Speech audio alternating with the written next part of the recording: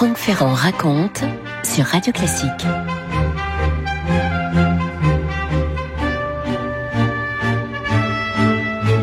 Flavien Dupuis a consacré très récemment aux éditions du Cerf un très bel ouvrage, très vivant, très didactique, à celui qu'il appelle le Lion de France, le fameux roi Louis VIII. C'est une histoire épique, nous dit-il, qu'il propose. Il est, ajoute-t-il, dans l'histoire, des personnages qu'une proximité trop forte avec d'autres gloires, plus illustres et plus établies, a injustement privé de la reconnaissance que leur personnalité et leurs actes auraient dû leur valoir.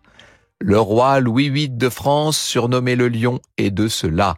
Louis VIII eut le malheur, si l'on peut dire, d'être à la fois le fils de Philippe Auguste, le mari de Blanche de Castille et le père de Saint-Louis. Comble de ma chance, il ne régna que 2100 jours, soit le record du règne le plus court détenu par un roi capétien avant lui et que peu battront après lui. Et il ajoute, Flavien Dupuis, Louis VIII a passé l'essentiel de sa vie à l'ombre d'un père que la victoire de Bouvines a auréolé d'une gloire éternelle aux yeux de l'historiographie officielle. Il fut marié à l'une des plus grandes femmes de pouvoir du Moyen-Âge. Il fut enfin le père du seul saint que comptèrent jamais les 7 dynasties qui régnèrent sur la France depuis le sacre de Clovis. C'est vrai que ça fait beaucoup de concurrence pour la postérité lorsqu'on est le fils d'une gloire, le père d'une gloire et le mari de celle qui doit pouvoir aussi passer pour une gloire de l'histoire. Il était né à Paris, le prince Louis, il était né en 1187. On ne parle peut-être pas assez de ce XIIe siècle tellement particulier qui a été d'une certaine manière, surtout la fin du XIIe avec le début du XIIIe, un moment d'apogée de la France chrétienne. Il était né le 5 septembre. 5 septembre exactement, comme Louis XIV, beaucoup plus tard évidemment. Son père avait 22 ans à l'époque, sa mère c'était Isabelle de Hainaut et elle n'avait que 17 ans. Est-ce que c'est la raison de la fragile constitution de cet enfant? Je ne sais pas, toujours est-il qu'il n'a pas une bien grande stature, le petit prince Louis. Quand on le voit grandir, on le trouve très joli de visage, avec un visage néanmoins très pâle, des traits fins qui rappellent beaucoup sa mère, et pas bien costaud, il faut le dire. Mais alors, quelle intelligence, quelle douceur et quelle franchise dans sa façon d'être et de parler. Il sera, disons-le, un des rares princes lettrés de cette époque. Est-ce qu'il était aussi brillant que son père Philippe Auguste? Peut-être pas. En tout cas, c'était pas un politique, mais c'était un homme de scrupules, incontestablement, dont le mariage va être très tôt célébré, dès le 22 mai 1200, autant dire que le gamin a 13 ans, et il épouse son amie d'enfance, Blanche de Castille. Alors, voilà ce qu'on peut lire dans la biographie de Flavien Dupuis. Comment se passe la rencontre entre les deux futurs époux? Aucune source écrite ne mentionne l'événement. Seul Shakespeare, dans la vie et la mort du roi Jean, en a donné un récit par ailleurs fort fantaisiste et partial. On y voit ainsi la princesse Blanche, sortie comme un diable de sa boîte par Aliénor lors d'un siège d'Angers imaginaire par Philippe Auguste, pour amener le roi de France à conclure la paix avec Jean, aux grandes dames de Constance Plantagenet et de son fils Arthur. Tout cela devant un prince Louis transi d'amour, devant une promise qu'il vient de découvrir. On a beau être le plus grand écrivain de langue anglaise, le génie littéraire n'est pas toujours celui de l'exactitude historique, ni celui de la neutralité politique, et c'est vrai que la version que nous donne Shakespeare de cette rencontre est parfaitement fantaisiste, évidemment. C'était Aliénor qui avait Aliénor d'Aquitaine, très âgée, qui était montée à cheval, avait traversé les Pyrénées pour aller chercher là-bas en Castille, pour aller chercher une épouse pour le fils du roi de France, et elle avait choisi l'une de ses propres petites filles. Elle avait choisi Blanche de préférence à sa sœur Urraca, parce qu'elle trouvait que Blanche ce serait plus facile à porter à la cour de France. Vous avez compris que les deux mariés ont 13 ans l'un et l'autre. Ils vont s'unir en Normandie, à Port-Mort. La Normandie, à l'époque, est une possession anglaise. Vous allez me dire, mais pourquoi est-ce qu'ils se marient en Normandie? Eh bien, parce qu'à l'époque, du fait des tribulations invraisemblables, des tribulations conjugales du roi Philippe Auguste, le royaume de France est frappé d'interdit et que donc on ne peut y donner aucun sacrement et sûrement pas celui du mariage. La vie conjugale du jeune couple ne commencera véritablement que 4 ans après ce mariage. On a envie de dire, ouf, ils avaient 13 ans quand même au départ. Mais très jeunes, ils s'entendent divinement. Et un premier enfant va naître en 1205. C'est un couple très uni, très épris. C'est un excellent couple, celui du prince Louis et de sa jeune Blanche. Franck Ferrand sur Radio Classique. 17 mai 1209, le prince est armé chevalier. C'est l'année justement où Innocent III ordonne la croisade contre les Albigeois. Ce qui est en train de se passer là dans tout au sud du royaume, dans cette région albigeoise, c'est la grande affaire de ce début du XIIIe siècle. Le prince Louis, qui peut-être est plus perméable que son père aux exhortations de l'Église, disons-le, il va marcher par 2 fois contre les hommes du Midi.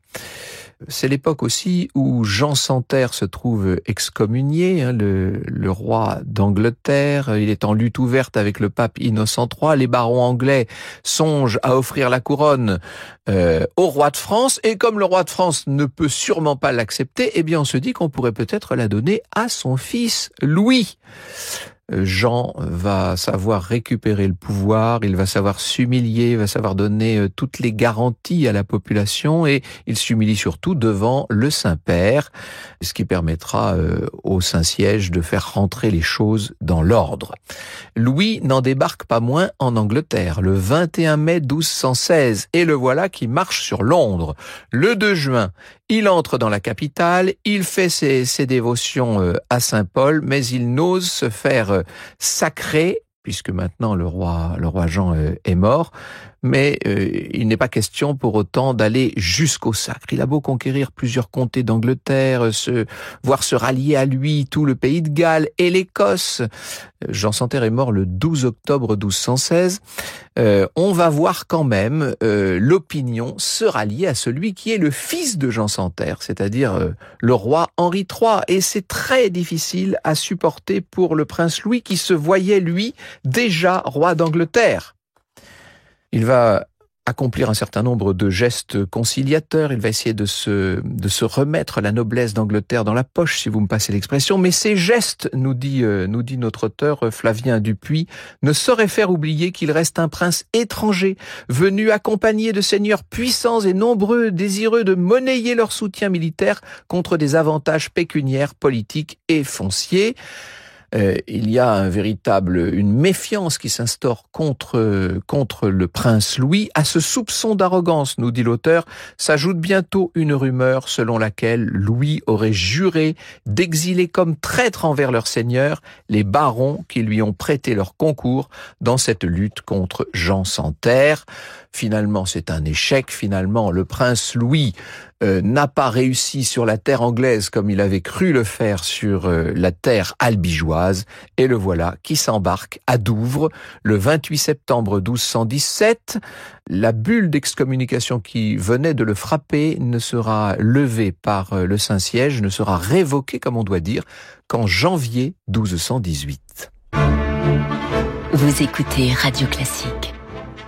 Il ne tient pas en place ce prince Louis qui veut peut-être d'une certaine manière prouver à son père ce dont il est capable. Le voici en 1219, ça veut dire qu'il n'est pas rentré depuis bien longtemps d'Angleterre, qui marche de nouveau vers le sud contre les hérétiques albigeois. Il faut vous dire que Amaury de Montfort, le fils de Simon de Montfort, essaie à l'époque de prendre Toulouse, mais il n'y arrive pas et l'aide du prince Louis ne sera pas d'un grand secours. Cependant, le soutien que le prince apporte au Montfort va se révéler fructueux pour lui, puisque en 1226, Amaury lui cédera tous ses droits sur les fiefs hérités de Simon de Montfort, et ça, ce sera le début de la mainmise mainmise de la monarchie française sur les provinces du Midi. Donc ça n'est pas rien. Et si l'on voit par la suite Louis IX, celui que nous appelons Saint-Louis, s'installer dans toutes ces régions du Sud, c'est parce que son père avait prêté main forte à Amaury de Montfort.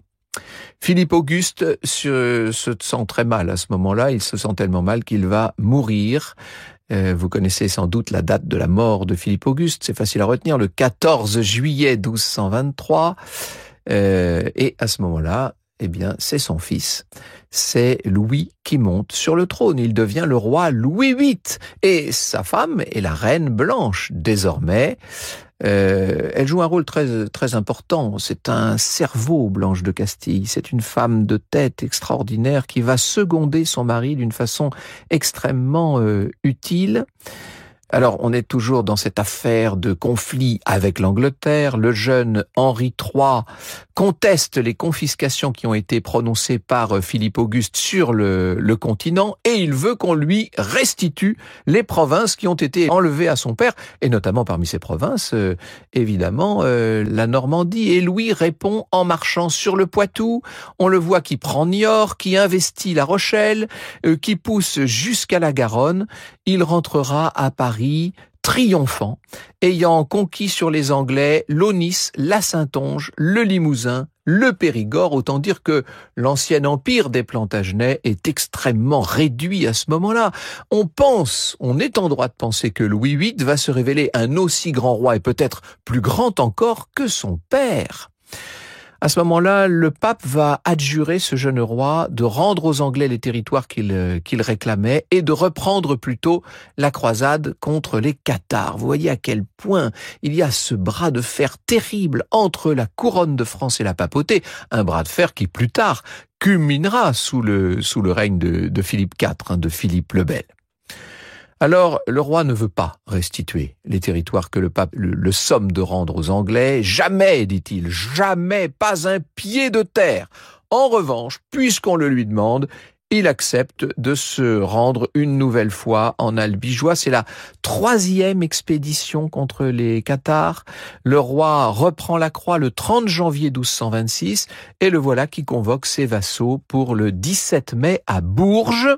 C'est là qu'il va faire ses adieux à sa femme et à ses enfants et qu'il laisse derrière lui tous ceux qui jusqu'ici l'ont bien secondé et qui pour certains étaient des conseillers de son père.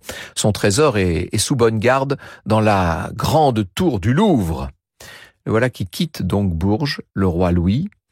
Il a choisi de suivre un chemin plutôt par l'est. Il va descendre la vallée du Rhône par Nevers, Lyon. Il gagne Avignon, d'où il se propose de prendre la route de l'ouest. Et lorsqu'il se présente devant ses murailles avec son armée, la ville refuse de lui ouvrir les portes. Avignon pense qu'elle peut tenir et le roi va mettre 3 mois à s'emparer d'Avignon, dont il fera raser les murailles qui seront reconstruites plus tard, mais par les papes, vous le savez, dans le style si particulier que nous leur connaissons.